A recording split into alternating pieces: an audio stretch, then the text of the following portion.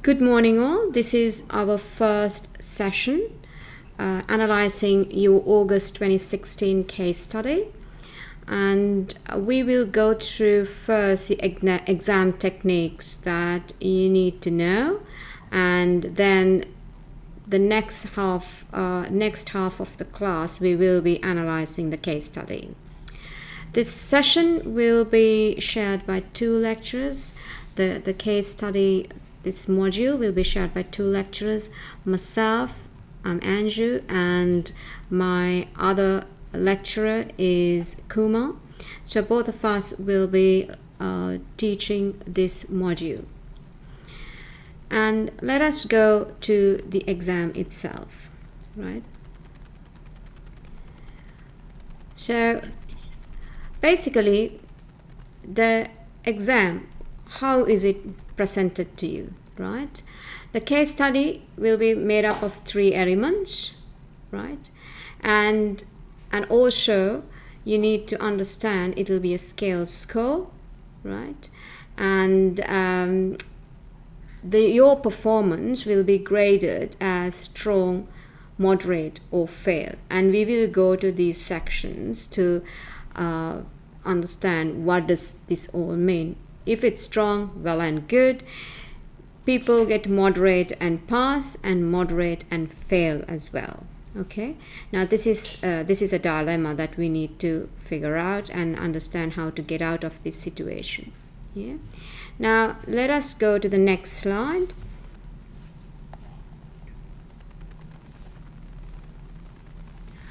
Now what do we need to do to pass? Okay. Well, you need to score above 80 plus, right? You need to achieve a strong or moderate grade, right?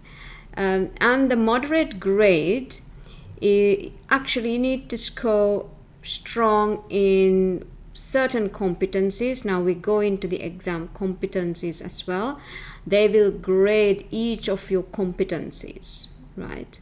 So there are 4 competencies, which is technical, people, business, and leadership skills, right? These are the 4 competencies that they will grade you on. And in all your answers, you need to answer it taking into consideration these 4 competencies, as well as then integrating your answer, right? They give you marks for integration as well. Yeah. Now, you will fail if you score less than 80, right? You will fail if you score less than 80. Now let me go. Right, and then let us go. And we also will fail if you fail to meet the minimum threshold in 1 more competencies. This is where a lot of people have an issue where they score moderate and fail, and they can't understand what really has gone wrong, right? So it is best that we understand this issue right at the beginning rather than at the exam. Okay. If you fail because you didn't achieve the 80 marks, right? And well, the problem is you have not, if you got a moderate mark, you may have failed because you have not answered all the points that the examiner has asked, right? And also there's a lack of depth and breadth necessary in your answer. He's looking for some much more depth at this level, right? You're writing at a very senior level, at a strategic level. So this is another thing that the students find difficult, because what happens is they don't actually live and breathe the case study. Okay, they answer it as if you're answering from an outsider's perspective, right? Now, you need to forget your current role that you're performing in your organization. You may be performing, I'm not sure, maybe a medium, like a mid-manager level. However, when you're answering this question, right, when you're sitting for this exam, please remember you're at a very senior level, right? So your answers are to the board, right? And you have to pitch yourself as if you are a very senior manager, right? So you need to take on that personality and answer. If you're answering as a mid-manager, this is where it comes through that your answer lacks the depth and the breadth. Another thing that you need to be aware of is, again, of the 4 competencies, I know there are quite a lot of CAs here in the class. You may focus straight away the number sides of it, right? The numbers, interpreting the numbers, and forgetting the other 3 competencies, which is people, leadership, and business. There again, your examiner will fail you because the examiner would state, well, you're very good in one area, but the other areas you've not scored well. You do not know how to communicate as a leader. You do not know the consequences of this particular action on your people. And also from a business perspective, right? So be careful of this. Please remember there are 4 competencies that you need to address, right? Let's go to the competencies itself. What do the competency grades means? Well, if you scored well, right, a strong, that means you've scored really well. You don't have to worry about it, right? You've demonstrated you know this area pretty well. Moderate means you've exceeded the minimum competency threshold, but it's not sufficient, right? It's not sufficient.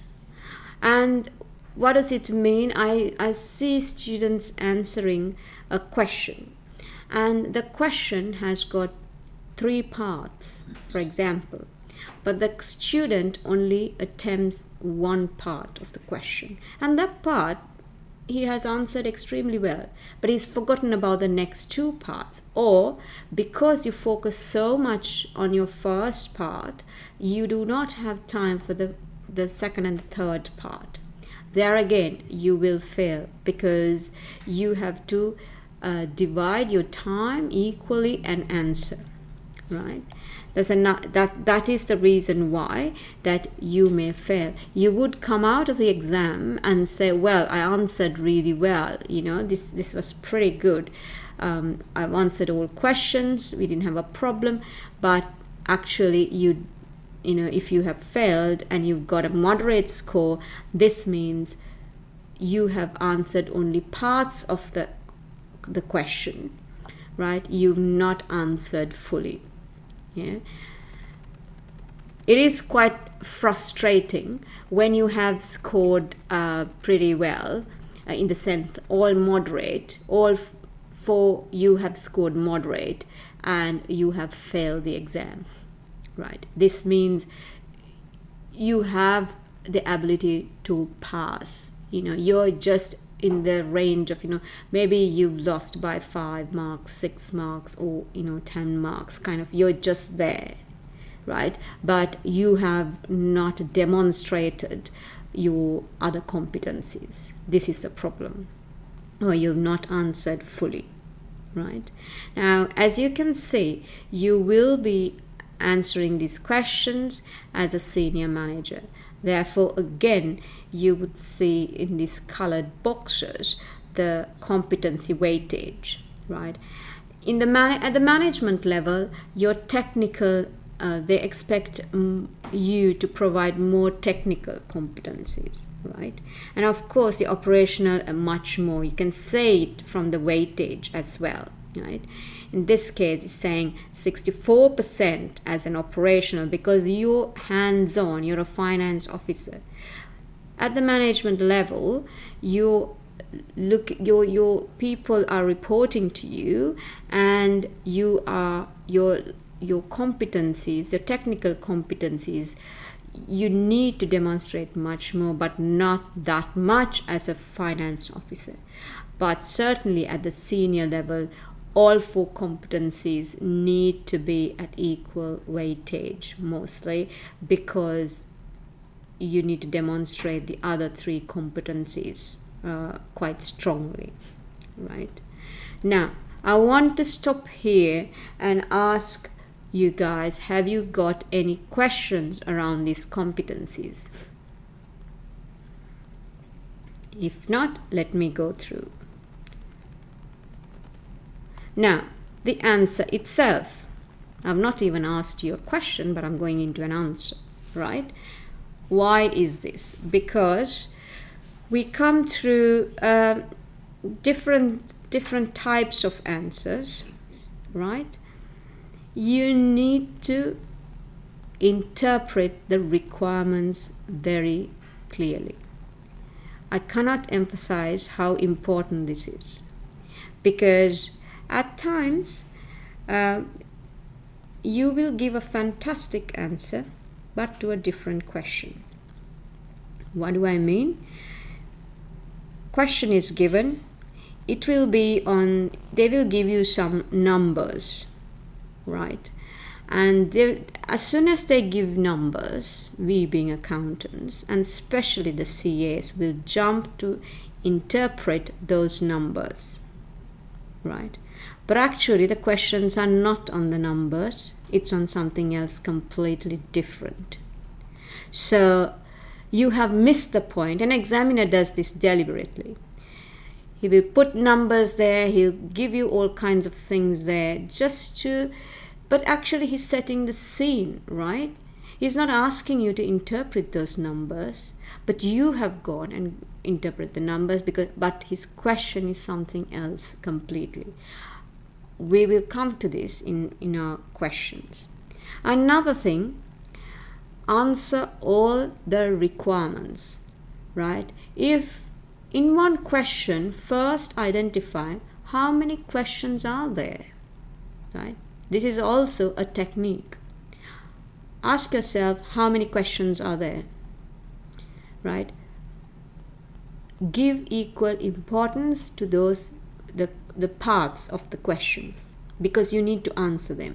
If you don't answer, you will fail again, because examiner will look at it and say, right, now I have asked 3 questions here, the person has answered 2, right? Not answered the third part.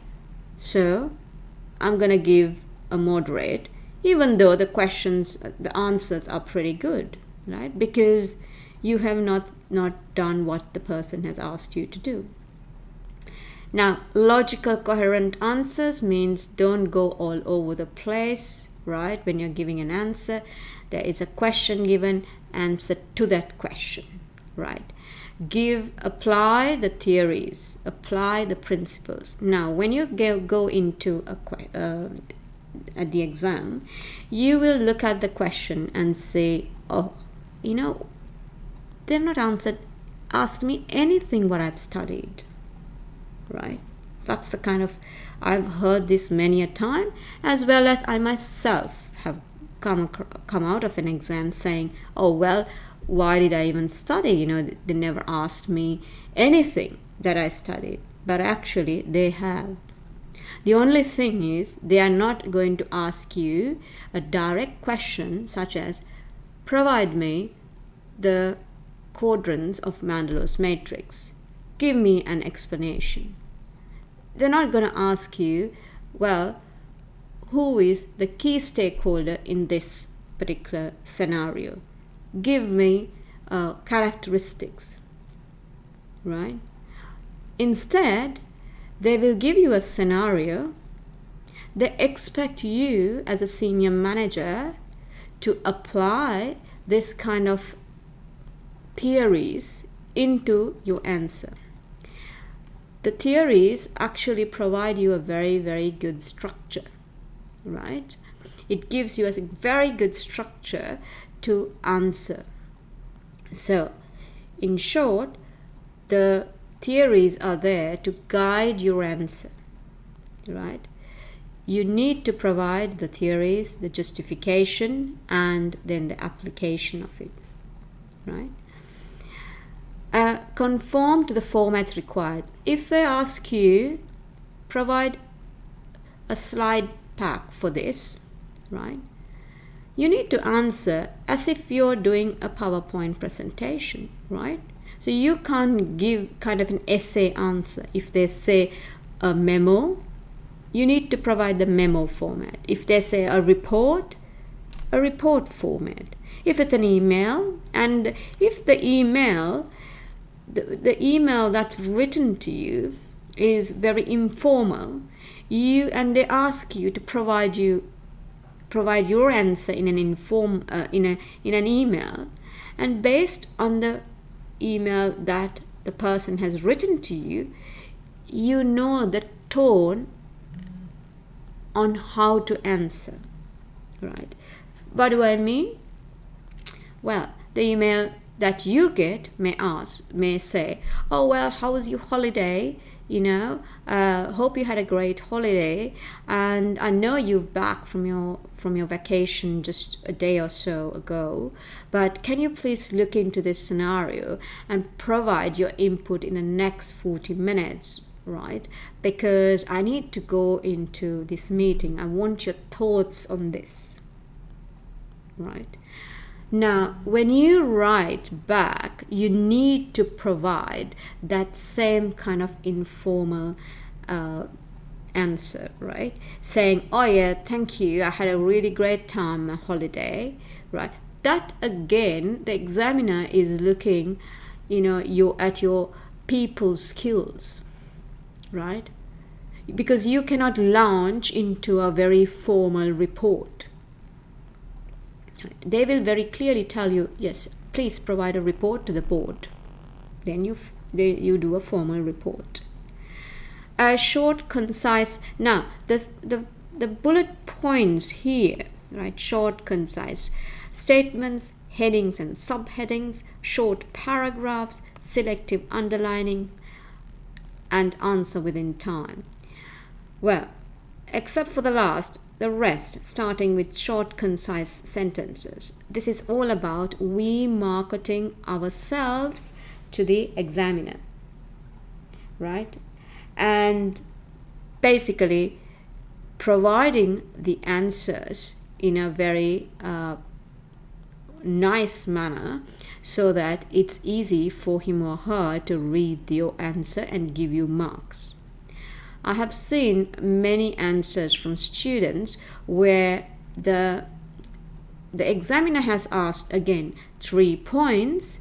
They have muddled these 3 points in once, all over this answer. It's not clear. So me as an examiner will have to go on looking for these points. All right, this particular point is to the first part that I've asked. Now that's going to be a very difficult thing for the examiner. And the examiner, remember, the person is human, right? And the person is not only correcting your script, but also correcting maybe 50 to 100 scripts or more. So you have to make it easy for the person to read and give you marks, right? This is the key thing. If you highlight, don't highlight the whole answer. Doesn't make sense, right? Highlight the important points. The selective underlining, that's what is said. Short paragraphs, and make it separate paragraphs for each point. One of the other things that you need to remember is try to type 20 words per minute, right? 20 words per minute. Important, because you can't kind of answer these questions with 2 lines, right, and expect to pass. You're at a very senior level, you're doing a professional exam, right, and you need to provide quite a good answer, and this is the examiner's expectation. 20 words per minute, that's about, between 700 to 200 900 words in one answer, because your answers, the question is about 60 minutes, right? 3 questions, 60 minutes is about, that's the kind of length they are looking for. So if your typing skills are poor, this is the time that you need to brush up your typing skills, right? Because you need to answer in quite a comprehensive manner. Answer within time. I want to emphasize this one, because let's say you, in your first question, you finished answering in 50 minutes, so you have 10 minutes more to go. Now, if you go to your next question, the next question is also 60 minutes, right? It does not mean that you have got 60 minutes of that question plus the 10 minutes from this particular question. If you finish with the first question within 50 minutes, you go to the next question, the clock will start from that time and give you only 60 minutes to complete that particular question. So it's not like the traditional method, when we wrote in paper, we can go back and forward to questions that we've done before, right? So the examiner is looking at this scenario and saying, well, in real life, you give an opinion, give your views, and your manager or it's presented to the board and it's gone. You can't go back and forward, right? So it's very close to reality. So that's the concept that they take, and that's the reason why you need to be very, very conscious, right? Go through your answers, but take your time. If they give you 60 minutes, use the 60 minutes. By going to the next one, you're not gaining any points, right? And the next part is the answer plan, right?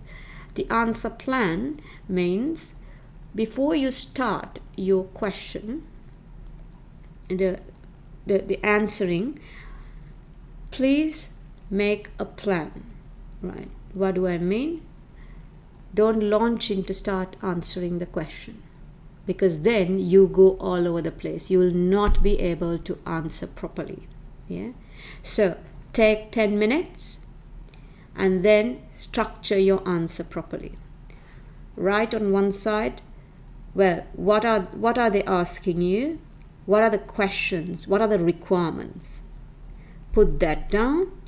Then on the other side, state what are the competencies. Why am I writing the competencies? Because you will not forget it then, right? The next part, you need to write what models can you use in your answer, right? That's what is needed. So when you have all these things in a structure and you put some bullet points, these are the requirements in the question, and under each requirements you put some bullet points. Now you have framed your answer. Okay, from that you start into answering the proper question, the proper answer. The first is the answer plan, then you go into your proper answer. Now again, timing is of essence. Do not spend a lot of time. Spend adequate time in each point, right? If there are 3 areas that they're asking, well, you have got 60 minutes. You have utilized 10 minutes already. From the balance 50 minutes, you need to see how to manage the 3 points. If you use too much time on the first point, you do not have sufficient time to answer the balance 2. you will lose marks and again get a moderate and fail, right? These are the characteristics of students who fail, right? Mostly because they don't allow, the timing is of essential. Okay, let's go to the next section.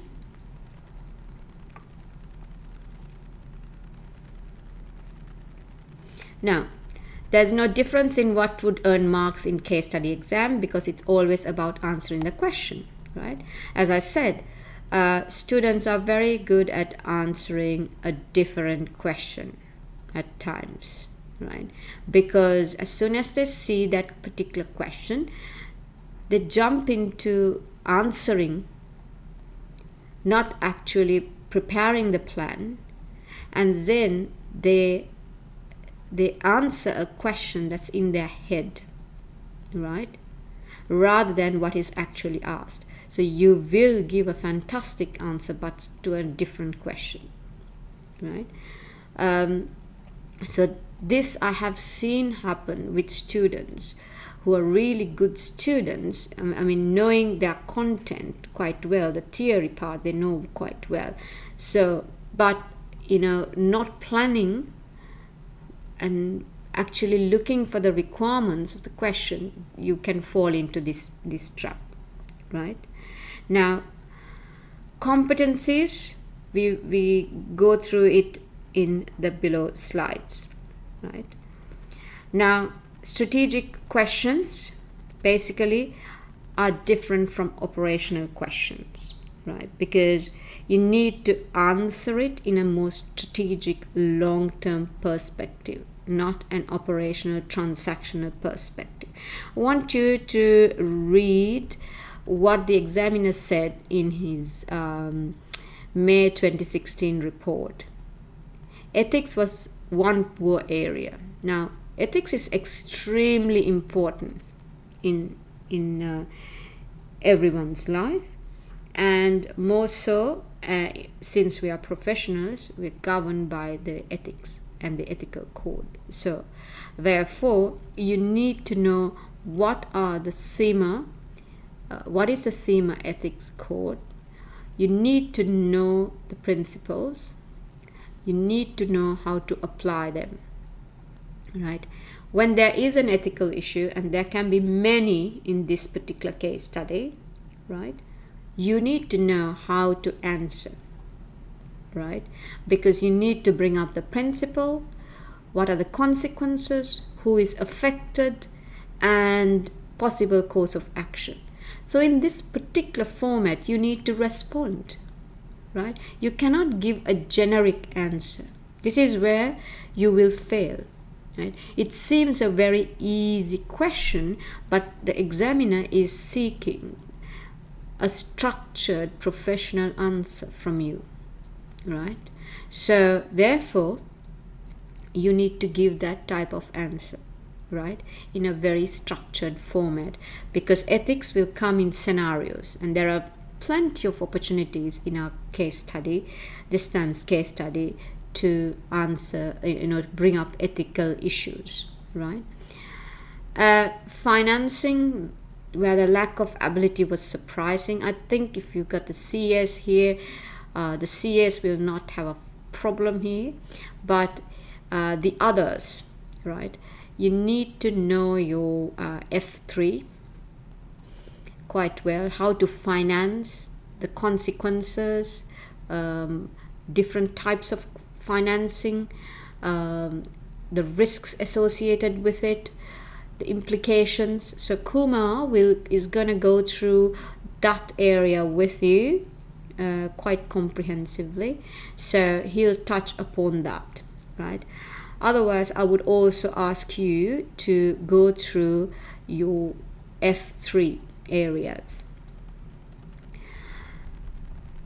Now, the other main point, the main problems were candidates failing to answer what was asked and writing everything they knew on the topic being asked about, right? For example, there might be something on value chain, they're mentioning value chain, right? And they may say you don't need to draw the value chain, or you don't need to write the competence, the components of the value chain. However, because they said something about the value chain, the students, what they do is they write everything they know about the value chain, the theory, etc., etc., but actually not applying it. Now, this is another big problem. And again, seen this with students over and over again. Mentioning of value chain means you just need to apply it and see how the application is, rather than writing about the components of the value chain. Now, let's go to your role. I want to ask at this point in time if there are any questions.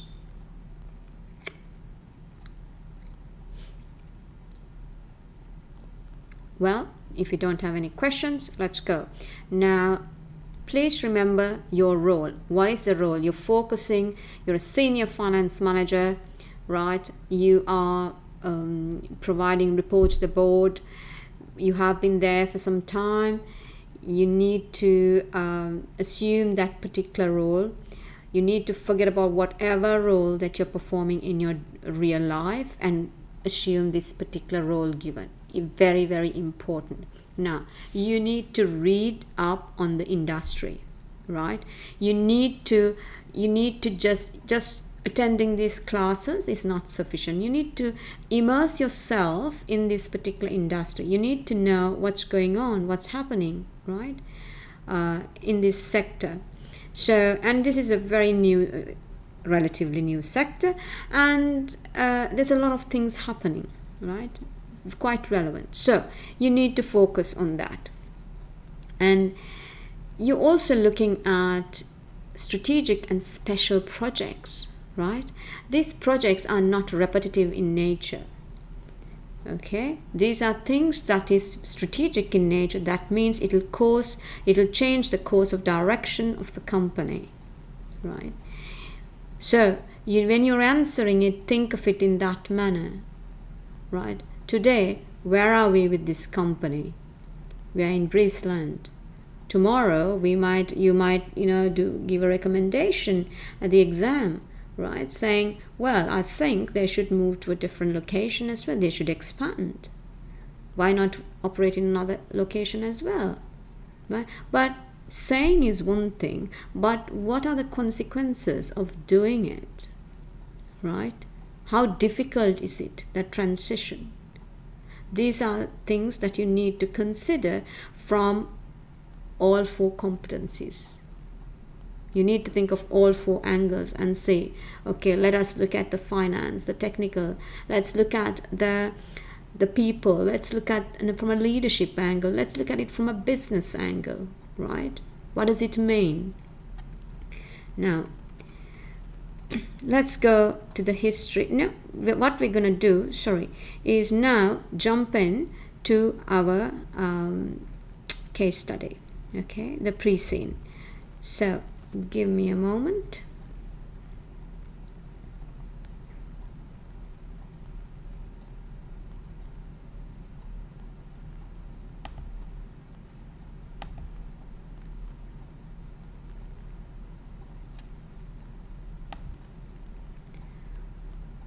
Okay, so let me find out, have you got any questions?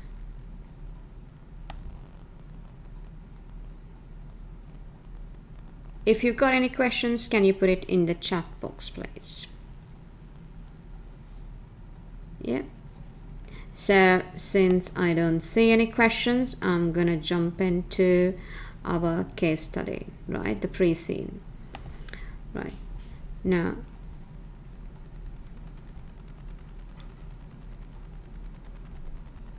so as I mentioned, you are performing this very senior role. It's not operational. So don't think of any activity in a very operational, transactional sense, right? It has to be in a strategic sense. Now, what does AEN do? right? They perform, they're advisors, they're in the consulting business, right? They're in the consulting business, but they only focus in one area. What is the area? Wind farms, right? And they have been doing this for some time, right? And yes, Raul, you have raised your hand. Let me see what it is. Yes. So Raul, if you can talk, please. You can unmute the mic and talk if there's any question. Hello, am I audible? Yes, you are, Raul. Okay, Anju, the case study which I received, it was different. It's about Spark Space, and they were dealing into the IT servers. Over here, it's a different case study for AEN. Did I read something different? Right. So this case study, basically, you're doing the strategic case study, right? Right. Yeah.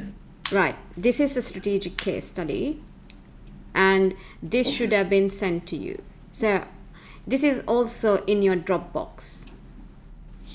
Okay. So what I read, I guess it's management case study. Which Correct. Yes. So are there any? That's a good point. Are there any people who is doing management level? Walid, you said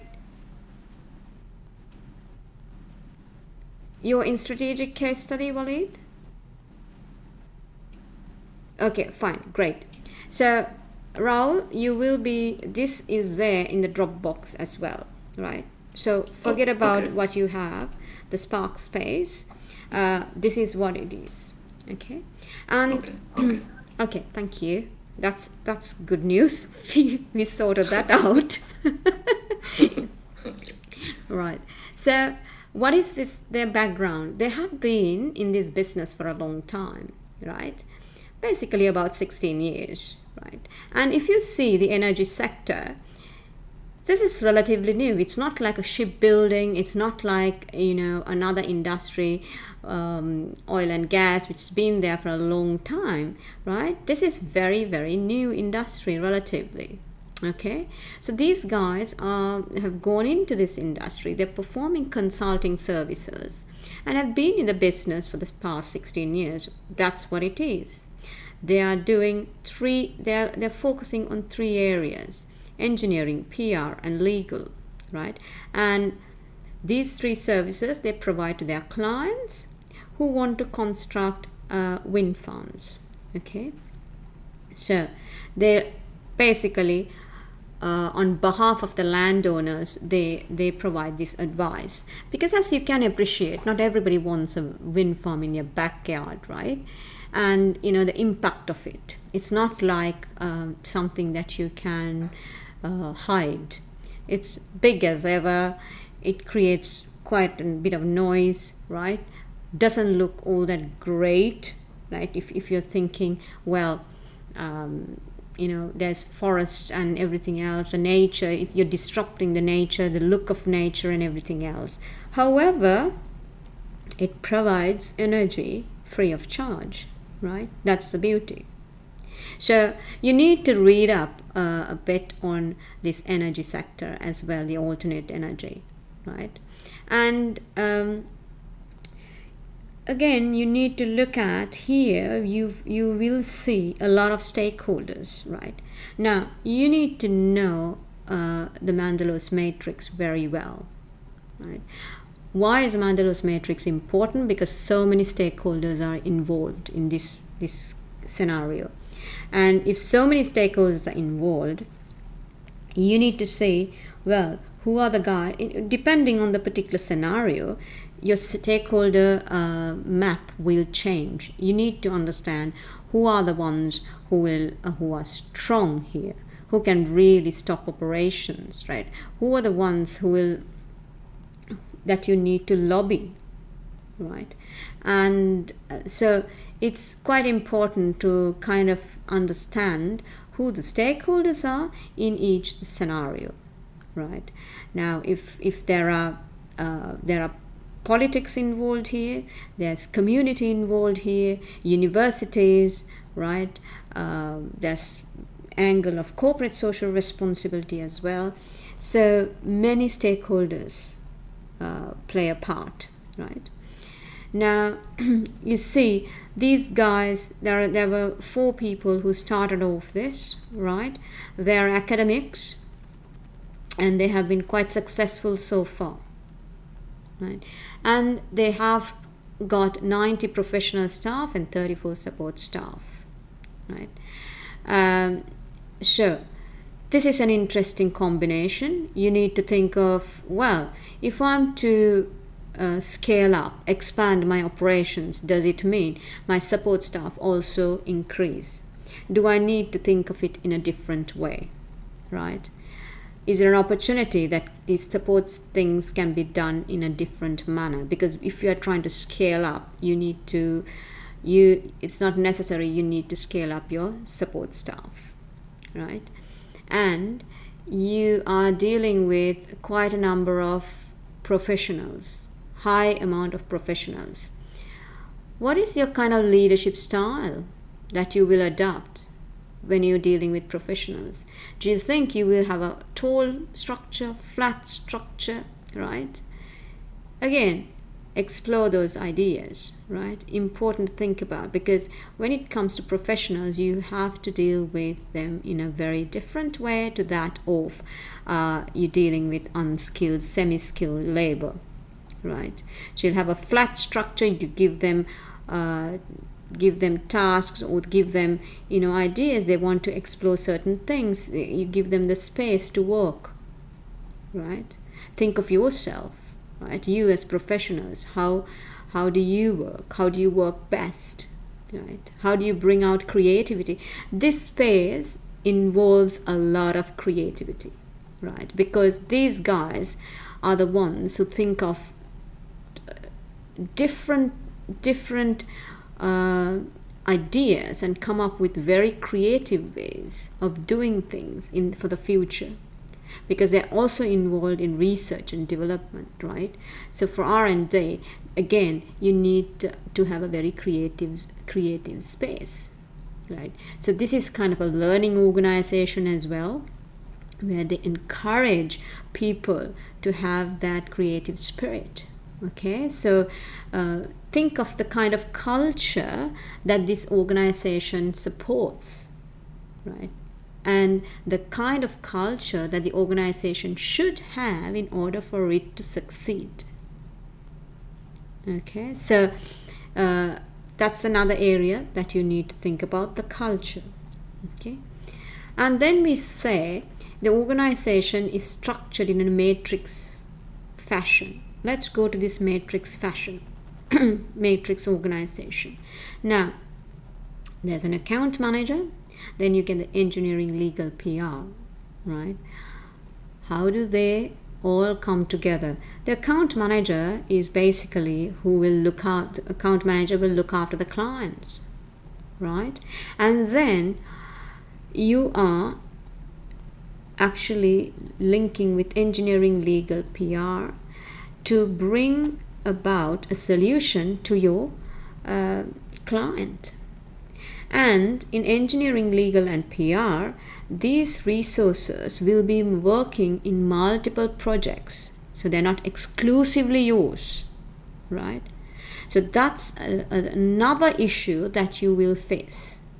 How do you work? How do you motivate? How do you communicate? Here you have to show the your business skills, your leadership, and your people skills. More your people and leadership skills play a part if they bring in a question about this structure, right? As an account manager, what are the issues this person will face? How to overcome these issues, right? Because imagine you have to work with 3 different sectors, and then with resources who are not assigned to you 100%, but you have to work with them in a manner that give the best results to you, right? So that's again an issue. Now we just learned a little bit more about the founders, right? They are former academics, university lecturers. So they have been in this organization from the beginning till now. And what does it mean? So, okay, they have been successful. They have been in one place, and they have won awards and things like that as well. So they are, what, if you want to move again to a different location, scale up, go to a different space, will these founders, will they want to be there, is a question mark.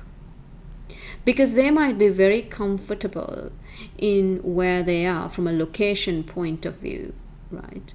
And not want to move anywhere, and they want to be in this space. So again, you may find some difficulties. Not only the founders, but also all the people who work there are from this particular region, right? Because it seems like they have not gone to any other area. And also the skill set. If you want to scale up this business and go into a different business altogether, make it larger, make it go into manufacturing, go into another area. So again, do these founders, the directors, do they have the skill set to lead that kind of organization, is a question mark. Okay. Now we talk about alternate energy, right? Well, they have now moved away. They're trying to move away from the fossil fuels, which is not sustainable. All over the world, there is a lot of emphasis on alternate energy, including in the UAE, right? So you need to look at why UAE is looking into alternate energy, the reasoning behind. There are some goals as well. UAE has come up, how they want to move towards alternate energy. You should know about it, because you can also quote from these examples, and you can bring those into your answer, right? And that will form a very rich answer, and that's something that will interest the examiner as well, right? Because you're bringing in something from a different part of the world. This will certainly enrich your answer, and again, you're marketing yourself to the examiner, right? And here we are saying the issues with alternate energy, right? And why we want to move, issues with fossil fuels, and why we want to move towards this alternate energy, right? And they also have spoken about the nuclear power, its potential, the issues, and why we do not want to go there, right? So then we are focusing on wind, waves, solar, tide, biofuels, and the renewable energies that we have, okay? And the other thing is, with this renewable energy, it's less dangerous in terms of waste and emission, okay, unlike all the others. Now, let's look at the industry itself, right? This is quite interesting statistics that we can see. Where were we as an industry, wind power, in 2000? Where have we come to in 2015? And we see it growing, right? We will see it growing in the future. And in that sense, we can say that it is industry in the growth phase, right? It is certainly in the growth phase. So if it's an industry in the growth phase, what are its characteristics? Make a note. What are the characteristics of an industry in the growth phase?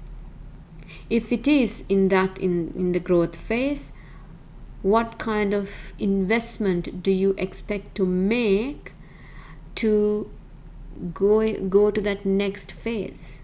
That's a question, right? What kind of investment, right? Investment in people, investment in resources. You need to think through these, right? Another thing that I want to mention before we go far is that I will be, myself and Kumar, we will be posing questions to you, as in thought-provoking questions like what I just said, right? Because what we want you to do is actually research on these things, because we don't know what the examiner is going to ask you, right? But we can tell you these are areas that you need to explore and to be prepared, right? We will give you some questions, but it's not exhaustive, right? So the examiner can ask you from anywhere, right? And there's plenty of questions that can be posed from this particular case study, and you have got few days, right, in the exams, right? There are multiple days, so there are many variants, therefore they will come up with a number of questions. Be prepared. And to be prepared, you have to know more about the industry, and also then keep thinking about when both Kumar and I pose questions like this, you need to take a note of it and then look into this space, right? Make notes. That's the active learning part that you will be doing, okay? So in Brisland, wind power is already producing 7% of energy, right? That's great. And again, like we said, it's only the growth that we can think of, right? And there are government subsidies and tax incentives available in Brisland to encourage the use of renewables. So the government is behind this as well, right? There is government support. However, there are things that you need to consider. What if the government support is taken out? What does it mean to us, right? And something that we need to explore. So renewable energy has no impact on prices of commodity market, right? Because so therefore you don't have that price variation, the fluctuation, right? And the government, as we said, government supports. Now, what are the other competing technologies? Now we are focusing, AN is looking at wind power, right? That's the thing that they are focusing on, right? Before we go through these other alternate methods, let me ask some questions from you guys. So let me see who's there.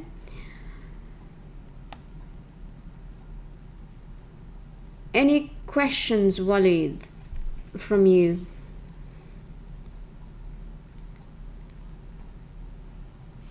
Walid, any questions from you?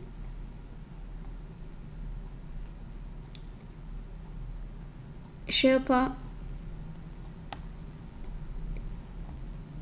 anything from you?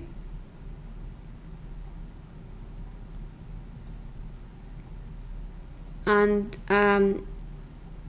right, okay. And what about you, Raul? Anything from you?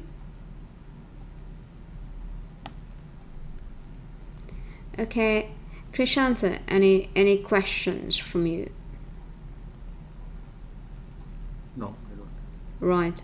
So just want to then, if you don't have any questions, let us say, what do you think so far about this case study? Right. What do you think about this industry? Krishantha?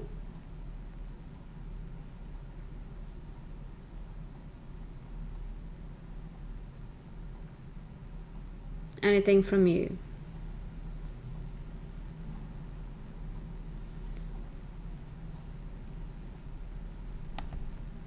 Yes, Krishantha, anything from you about the case study? What do you think?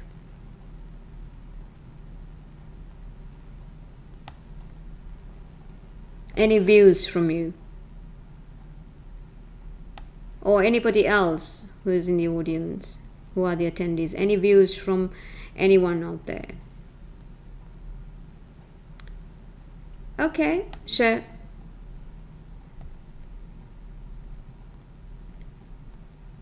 yes, Raul. So Raul, if you can just talk to us, if you can, unmute. Yeah, hi. Am I audible? Yes, you are. Yeah, go ahead.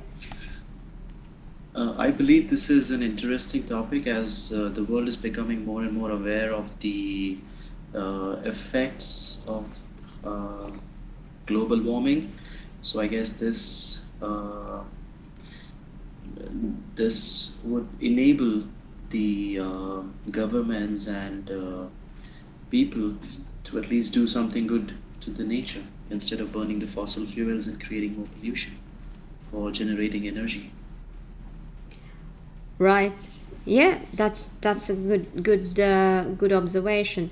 The timing is perfect, right? The timing has been perfect. Hold on for a second, please. Yeah.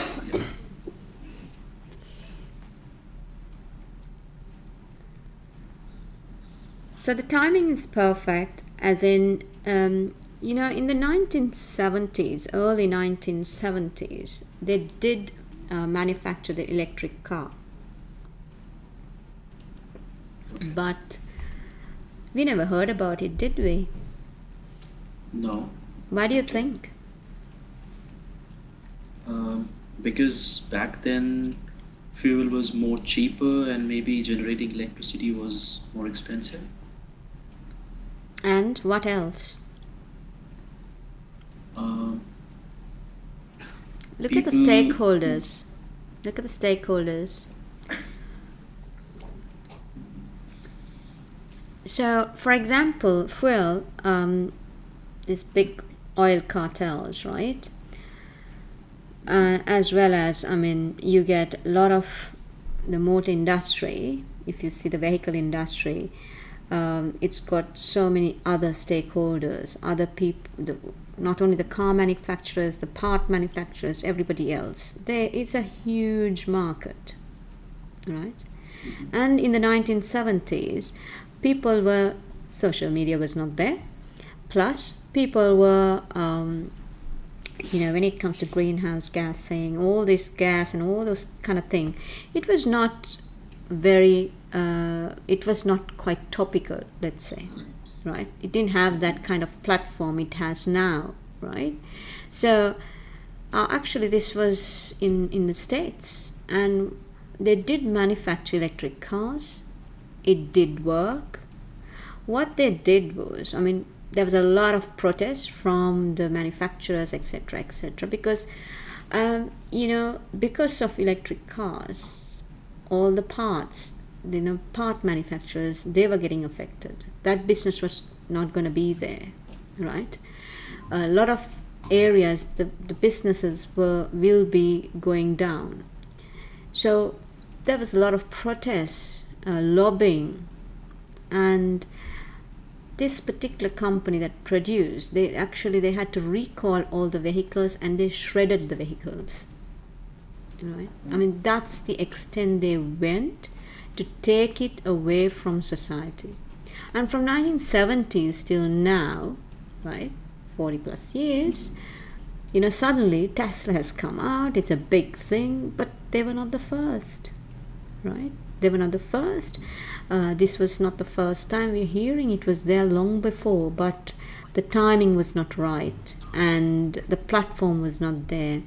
So there were a lot of, even today, there are this alternate fuel is a big topic, because there are other industries that will die off, right, because of this.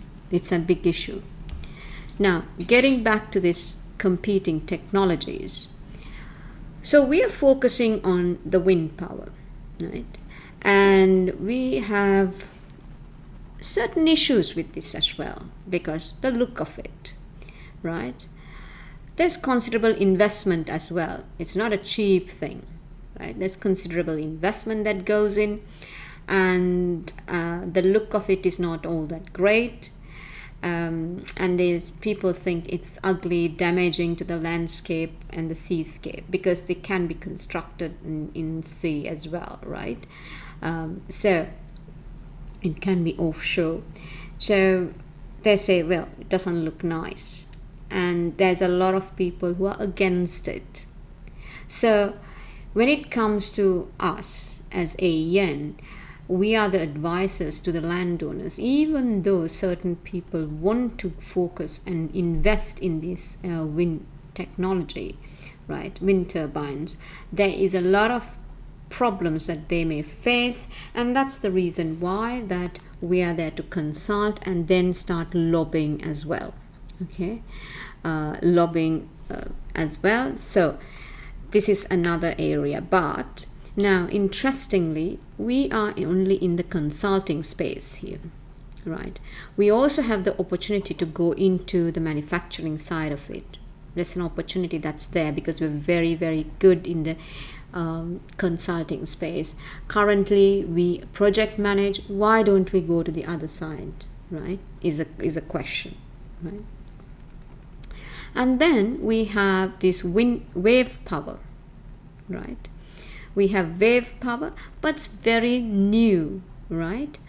And it operates in harsh operating environments, expensive, relatively unreliable technology at present. Now, what has happened is this very new technology that's come in. So always with new technology, there's issues. However, this is an area that they can invest, right? Research and development. They can invest, alternate technology, and also we've only focused on wind, right, in the past. However, investing in this will also have risks. So that is something that you cannot move away from, okay? You can look at ANSOF matrix when it comes to which areas do you want to go to, the strategic options. You can look at ANSOF matrix, right? So make a note of it. If you're not very familiar, we will go through ANSOF matrix as a model when we look at models, but this is an area that you guys need to, if you're not very familiar, it's in your E3 syllabus, ANSOF matrix. Have a look at it, right? It will give you some context as to how you can apply it. Then you look at heat pumps, right? Another area that these guys can look into, but it's tend to not to achieve the same temperature as obtained from the conventional boiler. So the technology is best suited to well insulated buildings, right? Then you get the solar panels, right? Another alternate energy, right? That they can look into. Every product has its advantage, disadvantage, and you can also say, you can map where are they in the industry life cycle. Are they at the beginning, at the middle? Have they got long to go? Even when it comes to solar, right? It's still at not at a very mature stage. Still, it's growing, but it's grown from the time it's begun. It's grown quite a bit, right? Biodigesters is another way. Is it an area that these guys want to get into? What is it? What is the competition, right? Who is working in this space? The biomass, right? And you look at the academic research. Now, academic research is an interesting area. Anyone who's looked into IAS 38 or who understands IAS 38? Anyone there? Any other CS who are there? IAS 38?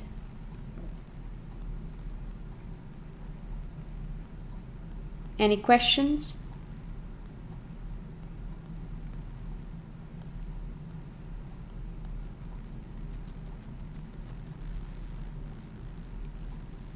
Any questions on IAS 38?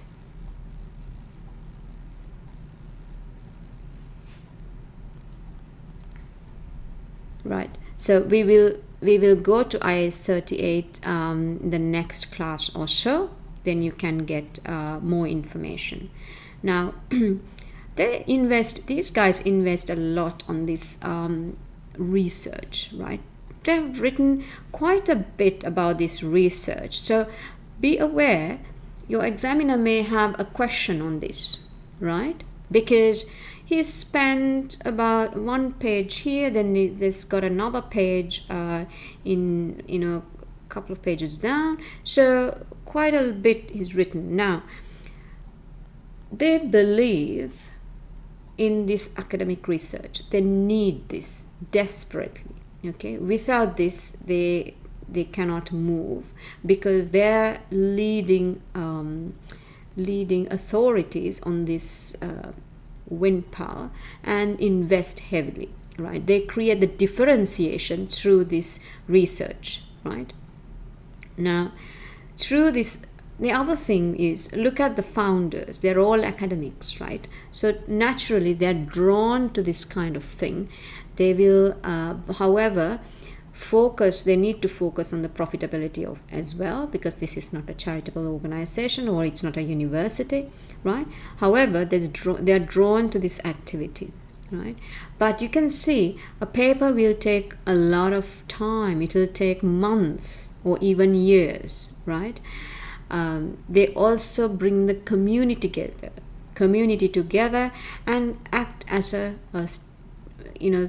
activity to stimulate debate, discussion, thoughts, right? So it's an interesting thing where they're mentioned. Now, what is the mission statement? The mission statement is sustainable energy for the world, right? It's for the world. That's pretty strong. It's like Google, right? What's Google's mission statement? To arrange the world's data. Now, similar concept. So we are looking at AEN as a somewhat of a Google, right? This is the kind of company. Now, like I said, this particular company will have to have that kind of creativity, culture, because like Google, it needs people who think out of the box, who thinks unconventionally, and to make a difference, right? However, another important point to note is the major strategic objectives are create shareholder wealth, encourage the use of alternates to fossil fuels. Now, create shareholder wealth is important. So in every activity that they do, one of the KPIs should be, does it create shareholder wealth? If so, how? Right? Always remember that any activity that they do, how do you create shareholder wealth and how? Right? Or is there a risk to creating the shareholder wealth by me investing in something? What happens to my shareholders' wealth? If I invest in research and develop and not give dividends, what does it mean? Right? So you need to consider these things in your answer, right? If a question is posed. Now, the second point is also quite interesting, because it says encourage the use of alternatives to fossil fuels. They do not say encourage the use of wind power, right? They don't restrict just to wind. Anything, so any alternative energy, right? So that means we can actually consider any other products as well. Here again, I'll bring your Ansoff matrix, right, to consider. Now, as it says, main point is to create shareholder wealth, right? Now, let us look at the key areas. Engineering, right? Now, engineering, what do?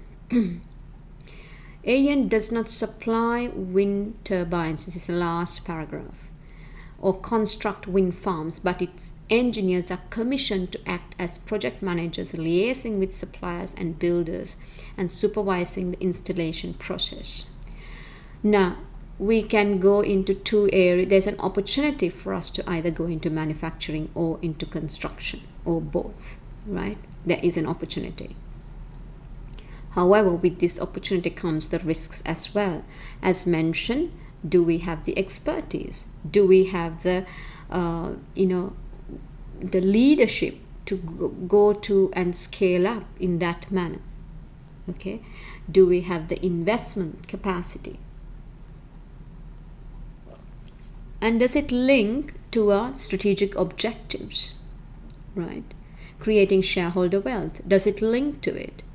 If it does, what kind of investment do we need? How do we get this investment? What is the risk related to it?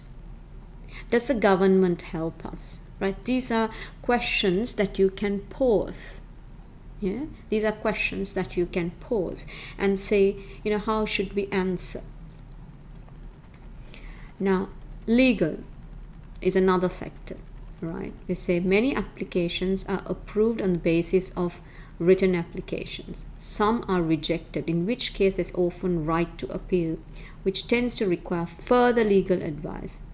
Others are subject to objections by interested parties who believe they will be adversely affected by the department. Again, this usually requires legal advice and normally involves a lawyer attending a public hearing to present the clients in arguing a case. So basically, in this company, the lawyers act on behalf of their clients because they're experts in this particular area. They go and work. They present the client in a favorable manner. Now, these lawyers know the legal aspects of this particular, and especially specialize in this particular product, right? That's a win farms. So what is the opportunity that they have, right? What are the other opportunities that they have to use this particular knowledge? How can they share this knowledge? How can they share with others? So again, these guys are consultants.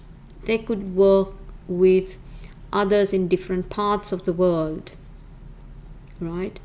They could work in others in different parts of the world and provide their expertise. Plus, if in other parts of the world there are different kind of laws and rules and regulations, if they are favorable towards this wind farm, they could also bring those kind of laws, rules, and try to bring into Brisbane, and then influence the government, lobby with the government to approve these things, right?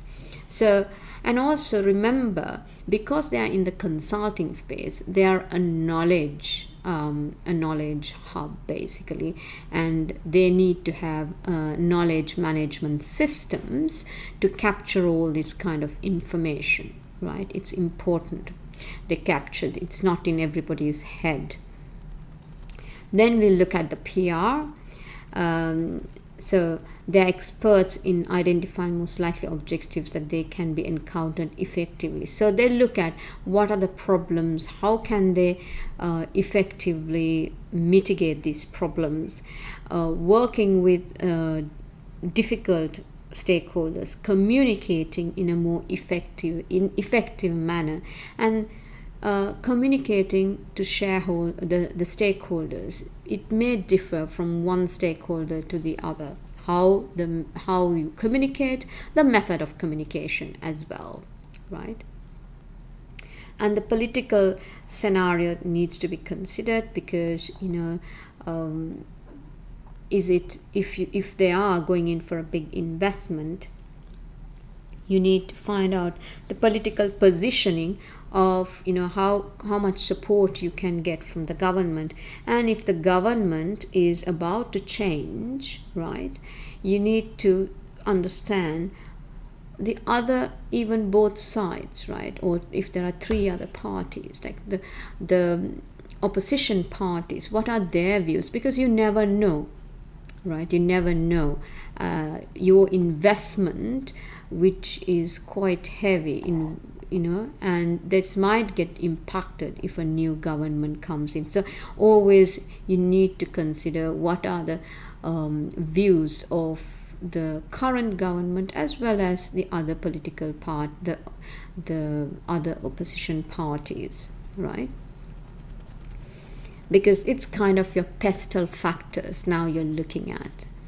Now, good to know, AEN is the largest consultancy of its type in Brisbane, right?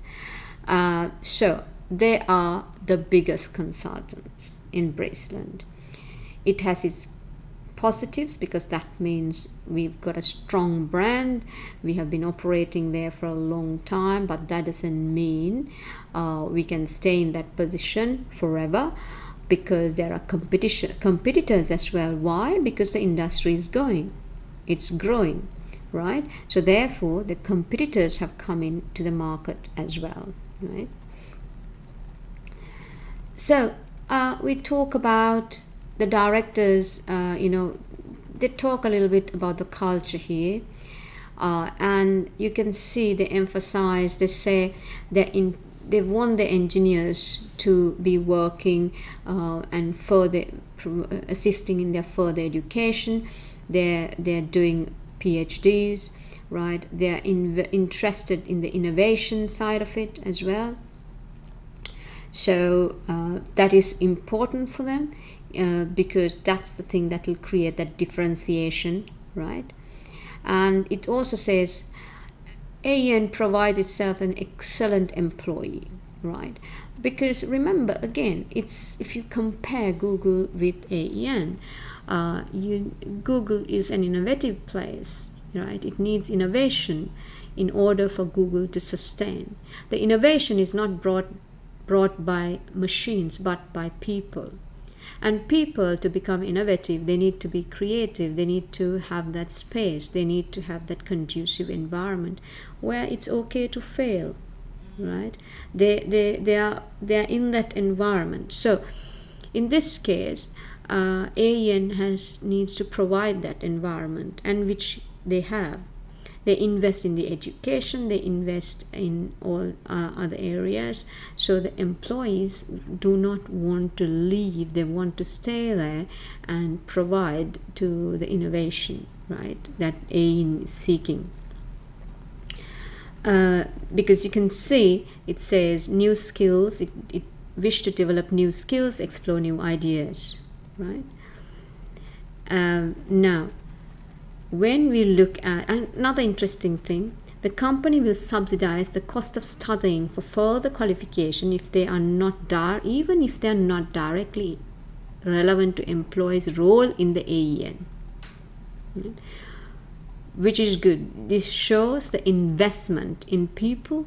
The reason is to get a good return. The return will come in the form of innovative ideas, right?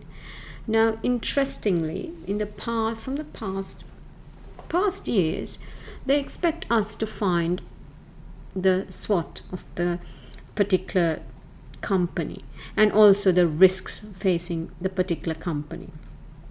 However, the past 2 sessions, we found out that the examiner presents these things to you, right? Because it's saying, okay, I'm giving you the SWOT, you don't have to go and analyze it, right? It's quite clear, but it is what you do with the SWOT which is important, right? You're looking at the strengths. So this AEN has all these strengths, and the weaknesses, which is internal. Opportunities or threats are external factors. Now let's talk about the strengths. Well, what can we do with the strengths, really? Yeah, what can AEN do with the strengths? How can they augment the company? How can they add value to shareholders by having these strengths? Yeah. So expansion. If it's expansion, how do you expand? Right? Is it the product? Is it the market? Is it both? Right? What are the advantages, disadvantages of this kind of expansion? We will use a model like SAFS model, right? Suitability, acceptability, feasibility, and sustainability to evaluate these kind of proposals. Then we'll look at the weaknesses. Well, no manufacturing capability, strong focus on wind power, right? So, how do we mitigate them? The question is, how do we mitigate them? So, if you're saying no manufacturing capability and we want to acquire this capability, how do we get into it? What are the possibilities? What are the options available? Now, each option will have its advantages and disadvantages, right? Again, you need to evaluate and say, well, if I go to create a joint venture with a company, what does it mean? Right? How will our relationship work? How will our people work at this point?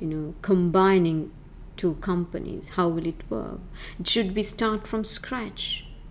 We start the manufacturing, we hire people, or should we go with a company that's already in this space? What are the advantages and disadvantages of it? Right? Because these are questions that the examiner can very well ask you, and it is quite evident, right? They've given you weaknesses, how to mitigate these weaknesses. Remember, again, you're looking at strategic options, not a transactional. The option that you take from a weakness perspective can change the direction of the company, right? Strong focus on wind power. Why don't we look at something else? Right? What is the reason we are not looking at something else? Because we specialize in this area. Should we get other experts who specialize in this another area to work with us? Again, maybe there are some companies, some smaller companies. Should we acquire them? And they specialize in another area. Is that a possibility? Because we don't have to start from scratch, right? Companies like Oracle do that. Very good at acquisition, right? They acquire companies that are specialized in certain areas, like, for example, Hyperion. They acquired Hyperion. Hyperion is specialized in that budgeting, planning, forecasting area. Oracle could never get these things sorted when it comes to their budgeting planning. And they built a very clunky application that didn't work extremely well. They knew it, but then they were waiting for a correct partner. They acquired Hyperion. Hyperion was a specialist company that focused only on budgeting planning, right? So they acquired that. Advantages, that's one of their flagship products, right? Opportunities, what opportunities do we have? Well, growing market, rising from interest in sustainability. Mostly every country in the world is focusing on sustainability, either willingly or they're forced to, right? But sustainability is very, very topical. You have the opportunity, the potential to look into other energy sources as well, right? So that other energy sources is a weakness that they've not looked at it, and it's an opportunity that's available. Look at the threats. If you look at the threats, how can we reduce the threats, right? Basically, relatively low barriers to entry for potential competitors, because in this case, with this company AEN, I mean, you're providing consultancy, right? So I can set up a consultancy. If you have the correct expertise, I can set up the consultancy without much investment. However, when it comes to manufacturing, or if you're going into construction of these things, that's a different story. But a consultancy perspective, it's a very easy thing to set up, right? However, you need to have your connections as well. And there is then threats regarding the government subsidy. What if they take it out? What does it mean? And also the landscape. They're saying, well, it doesn't look good. How can we change it? Can we change the look of the product, right? Can we change the color? It's white. Can we change it to a different? Will that change the perception of these people who don't like it? Okay. Now let's go to the next slide. They talk about the board of directors, right? So then we got Luke, who has been the co-founder and the CEO, right? Then you can see Luke has a bachelor degree in environmental engineering and PhD in alternate energy, right? So he's a very prominent person who's well known in the industry, and a very influential figure. We have Joshua, who's also a co-founder. Joshua is focusing on PR, right? He serves as a director of PR. Again, he's very qualified person, well known in the academic field, right? Isabella, director of research and highly qualified person, and Isabella has successfully patented many ideas that have been brought to the market by AEN. So Isabella has contributed again to the company in a very creative manner. She's brought a lot of innovative ideas. So she's a key person as well.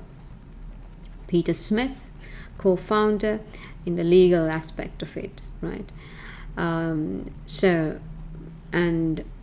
you can see that these 4 people are critical to the organization.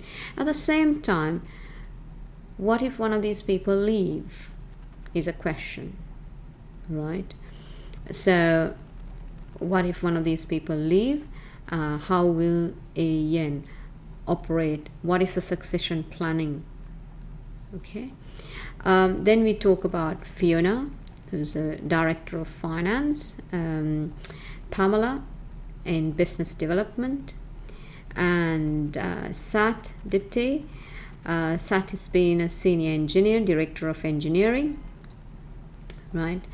So now this company has a good, strong group of directors. Doesn't say a lot about the corporate governance here, right? This case study doesn't come out and say a lot about corporate governance. It's not a listed company either.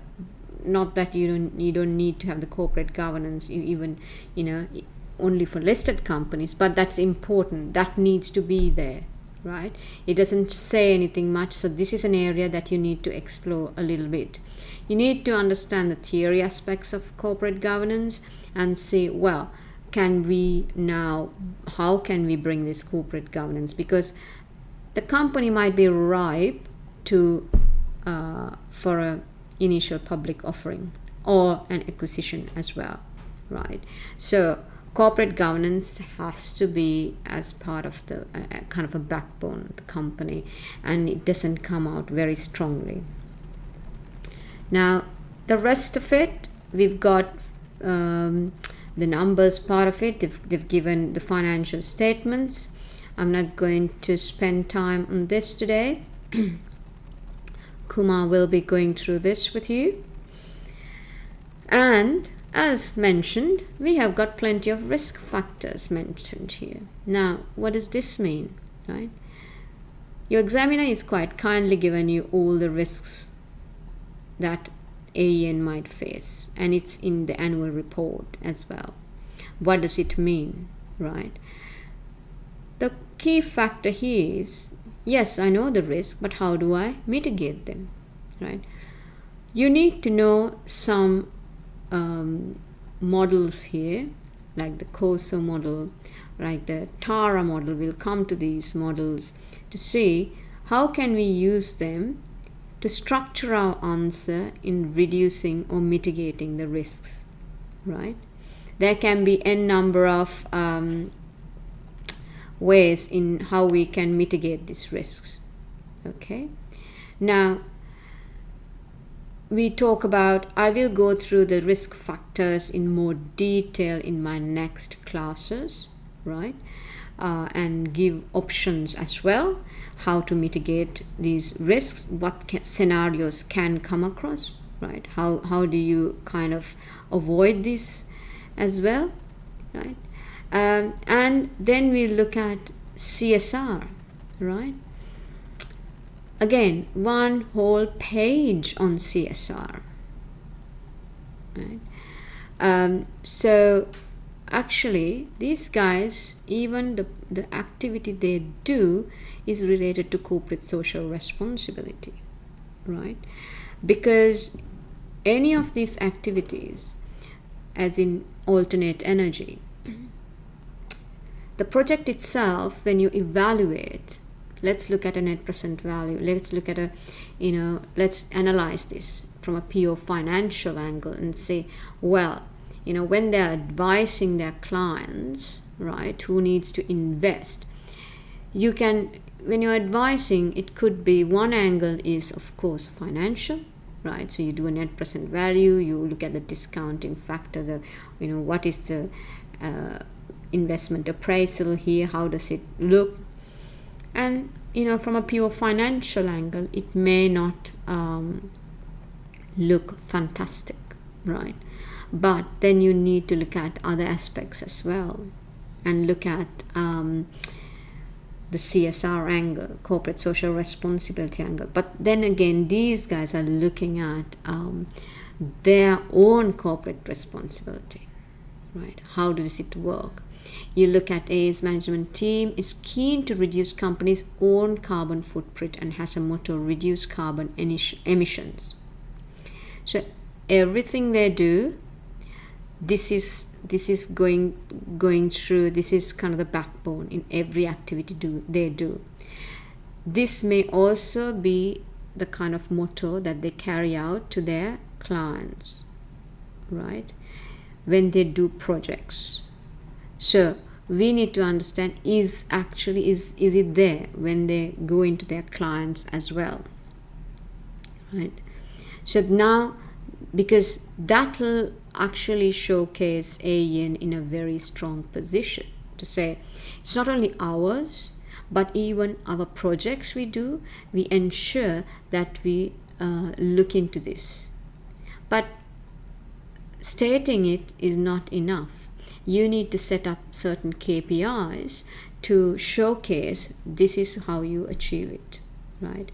So look at some of the KPIs. Is another thing that you need to do is to find out, okay, what are some of the KPIs, that we can bring in to measure how we reduce the carbon emission, right? So you can look at companies like Bloomberg, right, and see how they have been very, very active in this space. You can see what they do, right? They could also, AEN can also look at possibilities of not only their area, but also advising other governments, other companies, as a CSR activity on how to reduce emission. Okay. Now, if we look at the next, this is a clipping where it says, "Not in my backyard," right?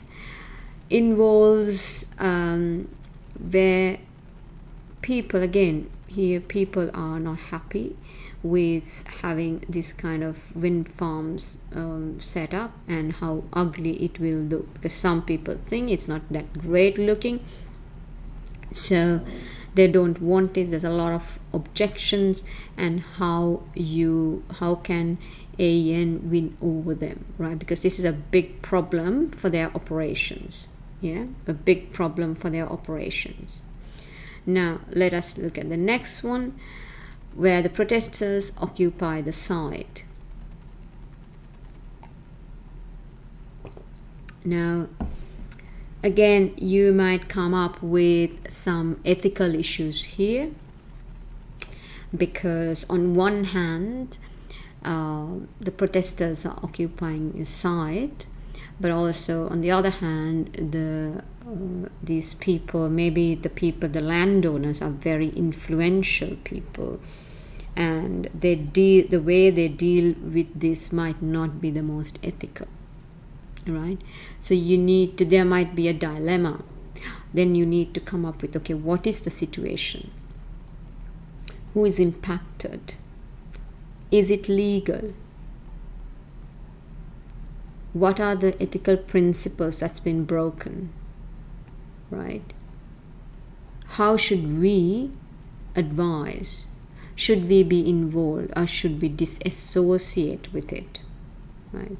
These are questions that will help you answer this ethical question, right? Because even though you're trying to do a good deed with these wind turbines, there are lots of protesters and they will not want you to build it, and the way you deal with it is the most important, right? And now this is again about one of the manufacturers who are into cheese, and how they use they extract the methane gas and how they use it for alternate energy, right?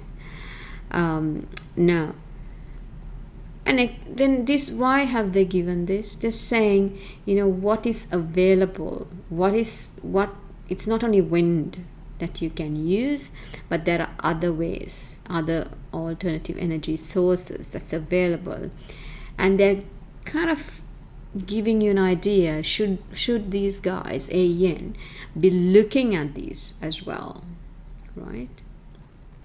Now, then another one, they talk about wind turbines, no great threat to birds, because this is another thing that the protesters came up with, saying, this is really impacting the wildlife, issues with the birds and so on and so forth.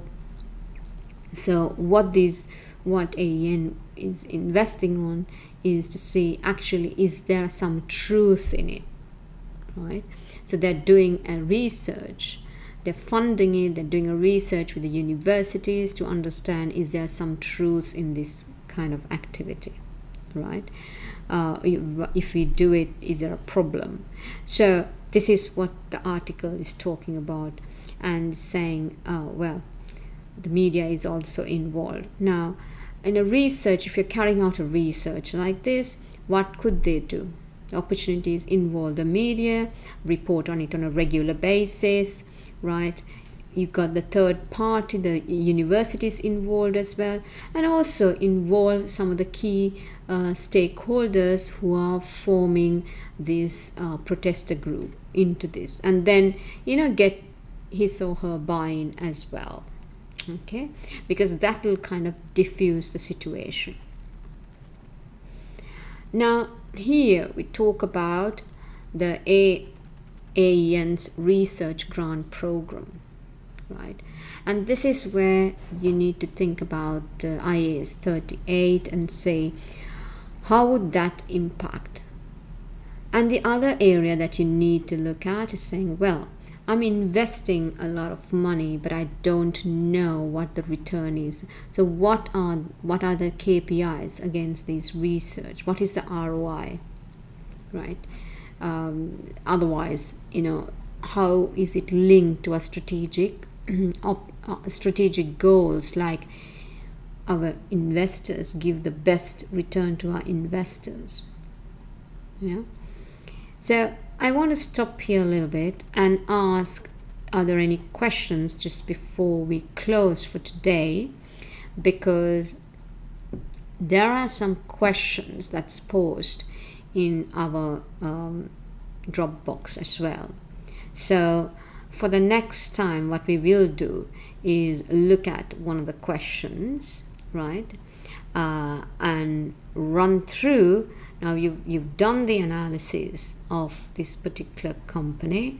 We will run through one of the questions and how to answer the question, right? Maybe we'll cover 2 questions, and in that 2 questions we'll say, how are you going to answer them, right? And issues that you will, what is a good answer look like, what is a bad answer look like, right? And focus on how to attempt it, yeah. in this particular, as I mentioned, the research, we saw there's a topic about research in some of the previous pages as well, and they have actually written another page on research, right? So it seems like they like this topic. They're gonna ask you some questions. Highly likely they're gonna ask you questions on research. So look at how does research help this organization? Does it create a differentiation? How do you link KPIs of the research to the organization, right? So investment in R&D means you have less money to give your shareholders. How does that impact, right? So a few areas to look at, and then see, this investment in research and development, can it be done in another way? Can we get others to collaborate with us, right? Other companies, maybe collaborate with other governments. Is that possibility, right? Because again, it is required. This company needs research and development. However, how do we fund it is the important thing, right? And how do we report it? How do we see whether it has been successful or not? How do we measure our research and development staff? How do we motivate them, right? These again are questions that I'm posing to you, where you need to take down some notes and say, this is interesting, not thought about it, let me put some thoughts here, right? Look at companies, other companies who are into R&D, who have to invest a lot in R&D, and how have they done it, what their KPIs are, right? Because again, you will be asked to give your opinion by the examiner, right? So obviously you have to give your opinion. However, it needs to be backed by some very good structure, and also looking at theories, right? So look at theories of, how motivating people, the culture, corporate social responsibility as theories, right? Strategic objectives, there are models to use, theories behind it, right? So always when it comes to the question, ask yourself, what theory can I apply in every question? No question is a very generic question, right? You may think, this is, why did I ever study for this? I could have answered just by walking in, and I could have answered. Not really, because that particular question there is a theory behind it, right? And that's why it's important that we understand what theory is driving this answer, and how can we structure it. Okay, now we come to today's class. We have given you the schedule as well, right? Classes will be recorded, and what we will do is make it available to you on YouTube. It will be password protected, so you will have to access it that way. Okay, now we will stop for today, okay, and we will meet again, and have a great morning. Thank you.